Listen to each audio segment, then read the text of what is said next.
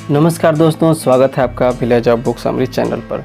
दोस्तों, आज हम बात करने वाले हैं इकिगाई ऑडियो बुक समरी को, जो इस किताब में लंबा और खुशहाल जीवन जीने का जापानी तरीका बताया हुआ है। और उस जापानी तरीके को अगर आप जानना चाहते हैं तो आप इस ऑडियो बुक समरी को ज़रूर सुनिए। और दोस्तों, हर इंसान चाहता है कि उसकी ज़िंदगी बहुत लंबी और खुशियों से भरी हो। और 2013 में आई हुई यह किताब आपको उन तरीकों के बारे में बताती है जिन्हें अपनाकर जापान के लोग ऐसी ही ज़िंदगी जी रहे हैं। ये किताब जापानियों की ज़िंदगी के हर पहलू को गहराई से समझाकर जापानी संस्कृति की पूरी झलक आपके सामने रख देती है, ख़ासतौर पर जापान के उस आइलैंड की जहां पर लोग 100 साल से भी ज़्यादा उम्र तक जीते हैं। इकिगाई बुक के लेखक हेक्टर जी हैं, जो जापान के एक आइलैंड जिसका नाम ओकिनावा है, वहाँ पर रहने वाले लोग 100 साल से भी ज़्यादा उम्र तक जीते हैं।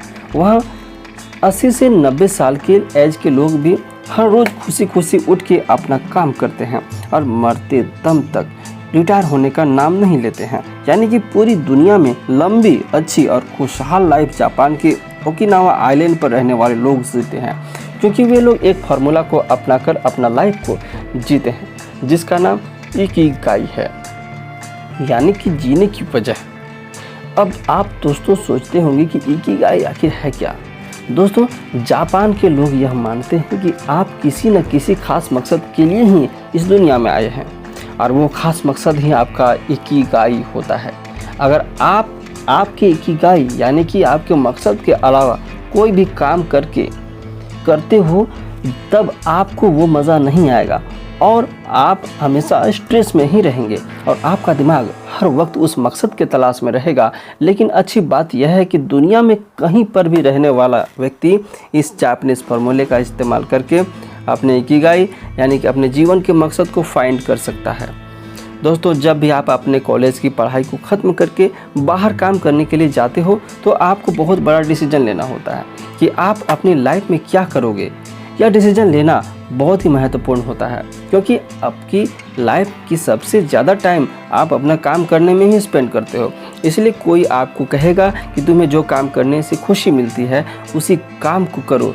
कोई कहेगा तुम जिस काम में अच्छे हो उस काम को करो, तो कोई कहेगा कि वो काम को करो जिस काम में सबसे ज़्यादा पैसा हो, या फिर कोई यही कहेगा कि बेटा तुम ऐसा काम करो जिसकी दुनिया को ज़रूरत हो। दोस्तों, इन सब में प्रॉब्लम की यही है कि हर कोई हमें इन चारों में से कोई एक ही ऑप्शन को चूज़ करने के लिए कहता है, जो एक गलत एडवाइस है।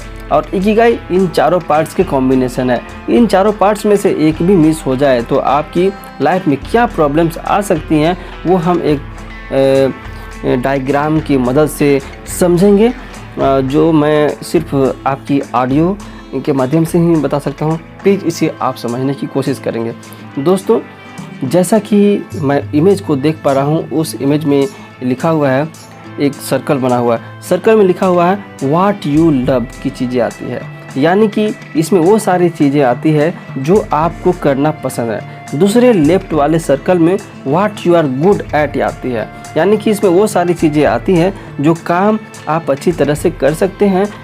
तीसरे सर्कल में what you can be paid for की चीज़ें आती है, यानी कि इसमें वो सारी चीज़ें आती हैं जहां आपको आपके काम के बदले में पैसे भी मिलते हैं। और चौथे और राइट वाले सर्कल में व्हाट द वर्ल्ड नीड्स वाली चीज़ें आती है, यानी कि इसमें वो सारी चीज़ें आती हैं जिसकी दुनिया को ज़रूरत है। फर्स्ट और सेकंड वाले सर्कल के कॉम्बिनेशन से आपको आपका पैशन मिलेगा, यानी कि जो चीज़ करना आपको पसंद है उस काम में आप अच्छे भी हो और वो काम होगा आपका पैशन। इसे समझने के लिए मैं आपको एक उदाहरण देकर समझाता हूँ। मान लीजिए कि नई चीज़ें करना और प्रोग्रामिंग करना आपको पसंद है और उस काम में आप काफ़ी अच्छे भी हो, तो उस फुल नॉलेज पाकर प्रोग्रामिंग करना आपका पैशन हुआ। अब उसके बाद सेकंड और थर्ड सेक्शन के इंटरसेक्शन से आपको आपका प्रोफेशन मिलेगा, यानी कि जिस चीज़ में आप अच्छे हो और उसके बदले में आपको पैसे भी मिलेंगे, तो वह काम आपका प्रोफेशन भी बन जाएगा। उदाहरण के लिए, कुछ नया सीखकर आपने एक ऐप बनाई जिससे आपको थोड़े बहुत पैसे भी मिलने लगे, तो वह काम आपका प्रोफेशन हो गया। थर्ड और फोर्थ नंबर के कॉम्बिनेशन से आपको आपका वोकेशन मिलेगा, यानी कि जिस चीज़ के बदले में आपको पैसे मिले और उस चीज़ की दुनिया को भी ज़रूरत हो, तो यह काम आपका वोकेशन होगा। मतलब आपने बनाई एक ऐप जो दुनिया के ज़रूरत के लिए बेस्ट सूटेबल है, तो वह काम आपका वोकेशन होगा। लास्ट में आपको आपका मिशन मिलेगा। जिस चीज़ की दुनिया की ज़रूरत हो वही आपकी पसंदीदा काम हो, तो वह काम आपका करने के कारण ही आपका मिशन बन जाएगा। उदाहरण के लिए, जिस ऐप की दुनिया को ज़रूरत हो उस पे काम करना आपको पसंद है, आपकी पसंद और दुनिया की ज़रूरत बन गया आपका मिशन।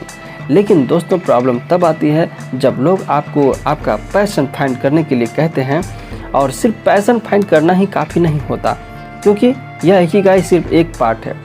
आपको ऐसा काम ढूंढना होगा जो बाकी तीनों कंपोनेंट्स को भी सेटिस्फाई करे। और इसे समझने के लिए मैं खुद का एक रियल एग्जांपल देता हूँ। दोस्तों, मुझे यूट्यूब का ऑडियो बुक बनाना पसंद है, और मैंने बहुत मेहनत करके एक ऑडियो बुक स्किल्स को इम्प्रूव किया हूँ, और इसमें काम में बहुत अच्छा बन गया हूँ या बनने का कोशिश कर रहा हूँ। और दुनिया को मेरे ऑडियो बुक का जो नया स्किल्स है उसे सीखने का मिलता है, नए नए तरीके जानने को मौका मिलता है।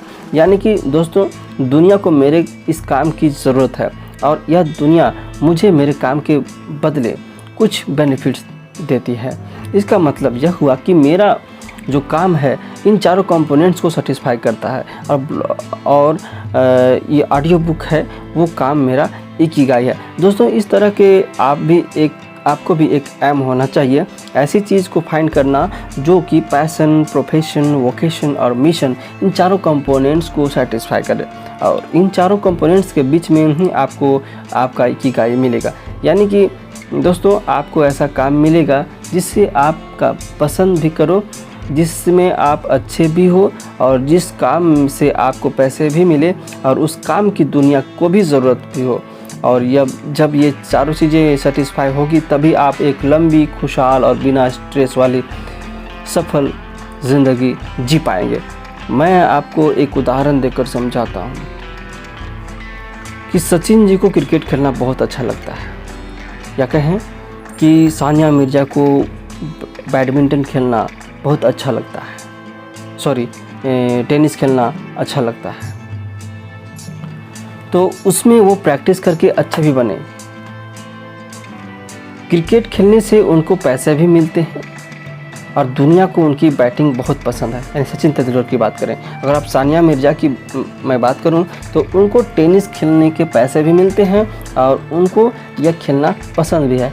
यानी कि इसका मतलब यह हुआ कि दुनिया को उनकी ज़रूरत है, और सचिन तेंदुलकर जी का काम इकिगाई के चारों ओर कंपोनेंट्स को सेटिस्फाई करता है। साथ ही साथ सानिया मिर्ज़ा को भी इकिगाई सपोर्ट करता है। और चाहे जो भी आज के डेट में फेमस लोग हैं, या मैं बात करूं नरेंद्र मोदी की, जिनको पॉलिटिक्स करना अच्छा लगता है, और वो इकिगाई के चारों तरफ घूमते हैं, क्योंकि दुनिया को उनकी पॉलिटिशियंस की ज़रूरत थी और उनको यह काम करने में भी अच्छा लगता है। इनके बदले में उन्हें कुछ बेनिफिट्स मिलते हैं एक समाज सेवी के तौर पर, समाज सेवा करने का।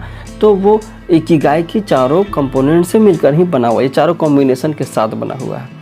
दोस्तों, आप दुनिया के जितने भी पॉपुलर लोगों को जानते होंगे, उन्होंने अपने इकिगाई को फाइंड कर लिया होता है, उसके वजह से ही वो इतने आगे होते हैं। दोस्तों, आपने इकिगाई को फाइंड करना बहुत ही ज़रूरी होता है, क्योंकि उससे ही आप अपने काम में फ्लो स्टेट का अचीव कर सकते हो। दोस्तों, आप जानते हैं कि फ्लो स्टेट क्या होता है?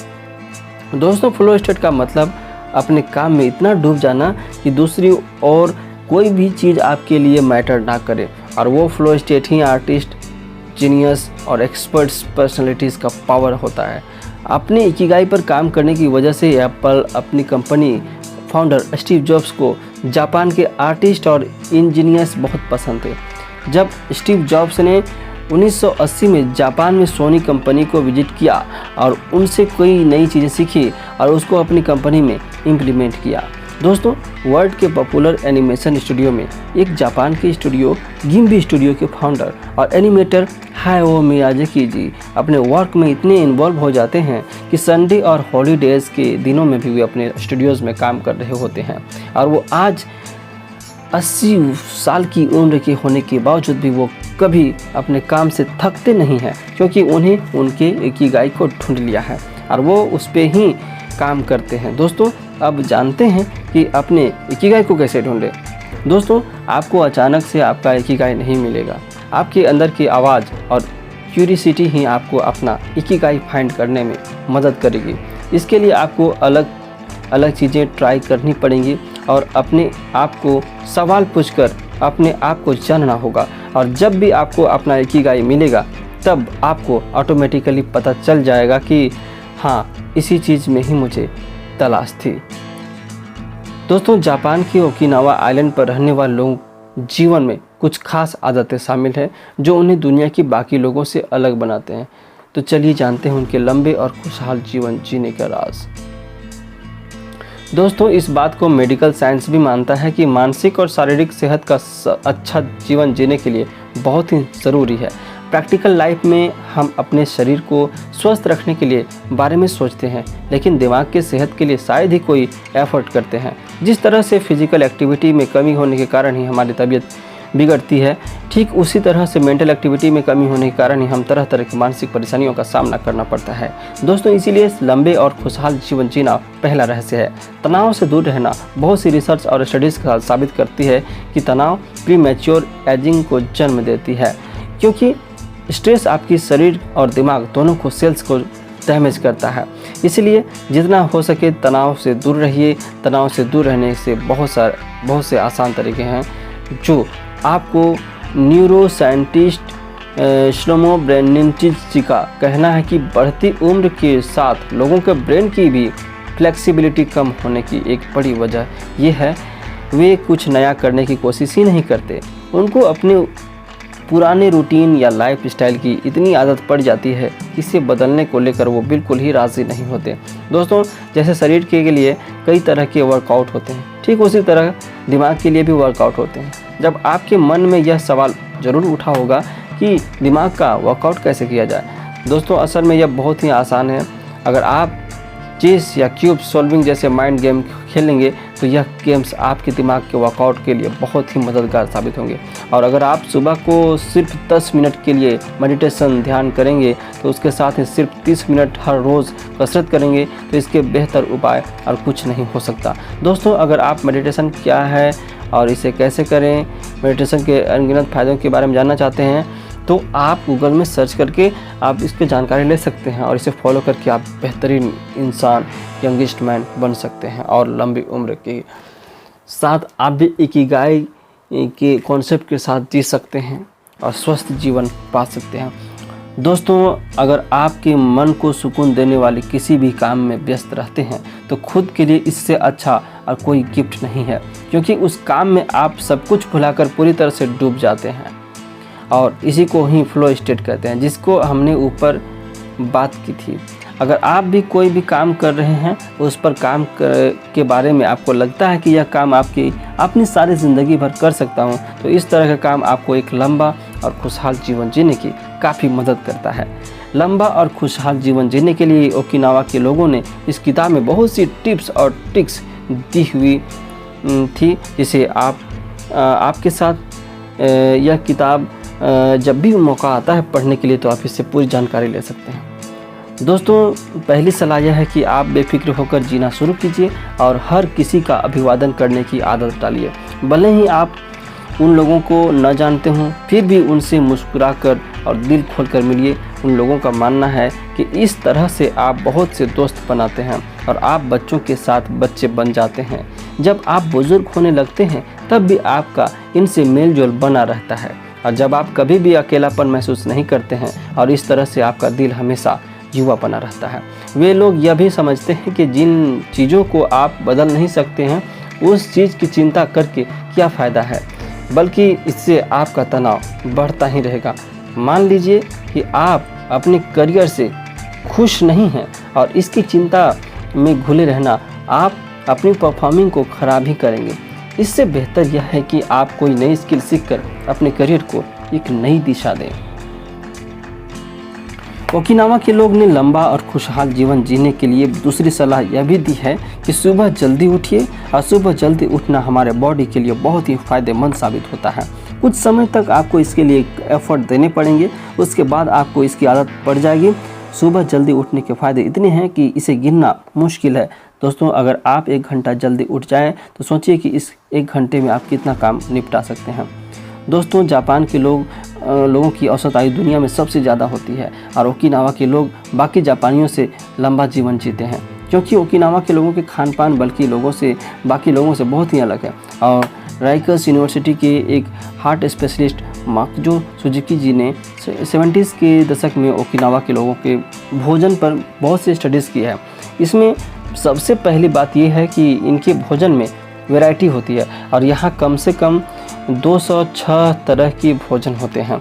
ओकिनावा के लोग फल सब्जियों की 5 सर्विंग रोज़ करते हैं और खाते हैं, और इस बात का ध्यान रखते हैं कि उनके प्लेट में इंद्रधनुष के हर रंग की एक न एक चीज़ें ज़रूर हो। इस तरह से उनके खाने को वैरायटी मिल जाती है। उन बाकी का भोजन काफ़ी सादा रहता है, जिसमें चावल और नूडल्स जैसी बेसिक चीज़ें होती हैं। वे नमक और चीनी का इस्तेमाल कम से कम करते हैं, यहाँ तक कि जापान के बाकी लोगों की तुलना में उनकी चीनी की खपत 60% और नमक की खपत 50% कम होती है, जबकि जापानी भोजन को दुनिया के सबसे हेल्दी भोजन में से एक माना जाता है। पोर्शन के बारे में बात करें तो उनका मानना है कि आप उतना ही खाएं जिससे आप पेट सिर्फ 70% ही भर जाए, यानी कि आपको अपनी थोड़ी भूख को बाकी रखना है, और जापान में इसे हारा हाचिबू कहा जाता है। इससे सबसे आसान तरीका यह है कि आप मीठा ना खाएं या पोर्शन छोटा रखें। अगर आपको मीठा बहुत पसंद है तो आप मीठा सिर्फ हफ्ते में 1 बार ही खा सकते हैं, वो भी कम मात्रा में। शरीर का रिजुनवेट करने के लिए भोजन में एंटीऑक्सीडेंट होने ज़रूरी है। दोस्तों, सुपर फूड्स के कॉन्सेप्ट ने भोजन के बारे में लोगों की सोच बदल दी है। जापानी भोजन में भी ऐसे ही काफ़ी आइटम होते हैं, और उसमें सबसे पहले नंबर पर आती है ग्रीन टी। इसमें भरपूर मात्रा में एंटीऑक्सीडेंट होते हैं, और स्टडीज़ में यह सामने आया है कि ग्रीन टी उम्र बढ़ाने में काफ़ी मदद करती है। ग्रीन टी के पत्तों को हवा में सुखाया जाता है और इसे फॉर्मेट भी किया जाता है। इस कारण इसे पोषक तत्व और एंटीऑक्सीडेंट नष्ट नहीं होते। ग्रीन टी ब्लड कोलेस्ट्रॉल को कम करता है और खून के बहाव को सही से रखता है, और इन्फेक्शन से भी हमें बचाता है। ओकिनावा के लोग इसमें जैस्मिन मिलाकर इसके फ़ायदों को और भी ज़्यादा बढ़ा देते हैं। इसकी वजह से हार्ट और इम्यूनिटी सिस्टम में मजबूती बने रहते हैं। दोस्तों, ओकिनावा के लोग कहते हैं कि अपने शरीर को एक्टिव रखना बहुत ही ज़रूरी है, फिर भले ही वो हल्की फुल्की वॉकिंग क्यों ना हो। आप ऐसे किसी भी बुजुर्ग से ज़रूर मिले होंगे जिनके एनर्जी लेवल और जिंदादिली पर उम्र का कोई असर नहीं नज़र आता। इसके एक वजह यह भी हो सकती है कि वो अपने जीवन में शारीरिक रूप से एक्टिव रह रहे हों। असल में शरीर का गतिमान रहना बहुत ही ज़रूरी है, क्योंकि हमारा शरीर एक जगह पर स्थित रहने के लिए नहीं बना हुआ है, और इसके लिए हमें रोज़ 15 से 30 मिनट के लिए कसरत करना या वॉकिंग करना बहुत ज़रूरी है। तो दोस्तों, यह ऑडियो बुक कैसा लगा आप यह कमेंट सेक्शन में ज़रूर शेयर करें, और इसका फ़ायदा लेने के आप ज़रूर कोशिश करें, क्योंकि यह चीज़ें इतनी इम्पोर्टेंट है कि हमें एक खुशहाल जीवन जीने के लिए इतनी सारी चीज़ें होनी तो बेहद ज़रूरी ही हैं। तो आपको यह वीडियो कैसा लगा, आप सब्सक्राइब चैनल कीजिए, ताकि ऐसी ही चीज़ें आपको हमेशा पहले मिलती रहे। इसलिए आप चैनल को सब्सक्राइब करें, वीडियो को लाइक करें, आप शेयर भी करें। धन्यवाद।